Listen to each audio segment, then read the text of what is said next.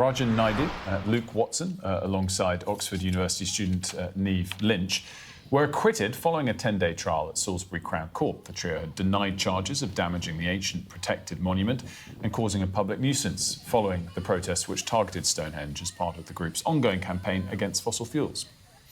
Well, we're joined this morning by two of those activists, Rajan Naidu, who's in Birmingham, and Niamh Lynch, who's in Exeter. Thank you for being with us today. Niamh, to you first. Just talk us through why did you do it? It's a massive question, really. I think I've grown up just always absolutely in love with the natural world. And in that 23 years of my life, I think it's absolutely impossible to be in love with the natural world without being so keenly aware of the crisis it's facing.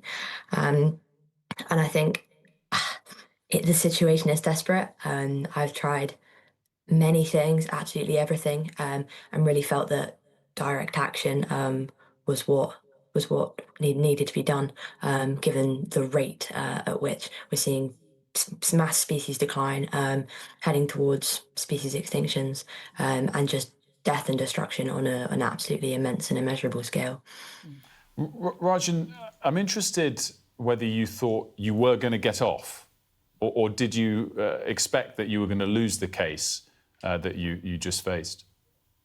When we take actions with Just Stop Oil, we and any of the climate movement, the climate justice movement, we fully accept the consequences of what we do. We are fully accountable. We don't run away. We don't hide.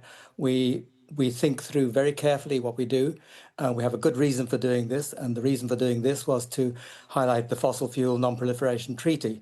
And we hope that everybody will start Googling that and educate themselves about this, because if we don't have a fossil fuel non-proliferation treaty in place within the next few years in this country and throughout the world, then we face an existential threat. We face extinction very rapidly coming towards us.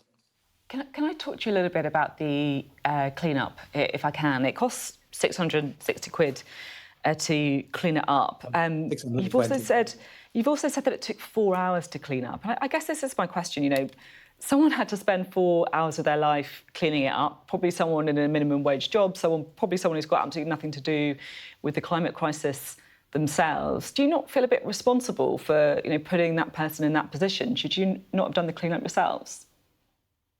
First of all, if we hadn't been arrested, we would have been very happy to clean it off, because it was very easy to clean off. We chose a substance, cornstarch, coloured with food dye, which was very easy. We'd researched it very well. On the dry stones, we could have removed it very easily, but of course that wasn't going to happen. And we knew that English Heritage is a responsible organisation, and they would have people ready for these eventualities, and they would have the equipment, blowers. Certainly, they would have blowers to blow material off the stones. And they brought in a team, a specialist team, and they were not paid minimum wage. They were paid very well. They travelled there and they quickly removed it, and there was no damage whatsoever.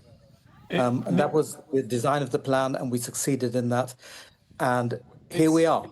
It's interesting to hear you say there that you think it was a success. And Niamh, my question kind of comes to you on that. I mean, clearly the government hasn't changed their position either way yet.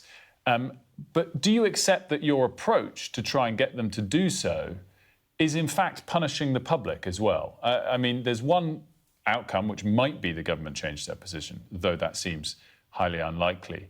But why should the public be punished? And do you accept that in the process, you're actually turning many people against the cause you so believe in? I think, well, firstly, the public absolutely weren't punished, and secondly, the government. Forgive me, Niamh. Whether it was however many people wanted to see Stonehenge there that day, or many of your other protests, from blocking roads, causing traffic, you reject the idea that you've ever caused public nuisance? Well, I think I'm here to speak specifically about our Stonehenge action, and in this instance, the use of the public nuisance charge, which carries a 10-year maximum prison sentence. It's absolute insanity to argue that what we did caused the public any harm that is equatable with a 10-year maximum prison sentence. We in the trial last week we were listening to the prosecution try and argue that we had caused the public at large serious harm by by our actions. But I mean, no, number one, the reporting by the media of our action is very different to what actually happened in the action. Immediately after it had happened, news outlets were reporting that we had vandalised Stonehenge and that we'd attacked it, destroyed it, damaged it, when no such thing occurred. It was very, very careful in our planning that absolutely we think the stones are and the lichen are absolutely sacred and would never do anything to damage them. So yes, the public then did respond to media outlets saying that we'd damaged the stones and destroyed the stones, and that would have, of course, upset them a lot. But that wasn't what happened. And I think also to equate the sort of harm from this action to the sort of distressing scenes we're seeing from what's going on in Gaza on the news is again just absolute insanity and quite sick, really. I mean, we're obviously not doing that clearly. Thank you very much for coming on the programme. Thank you.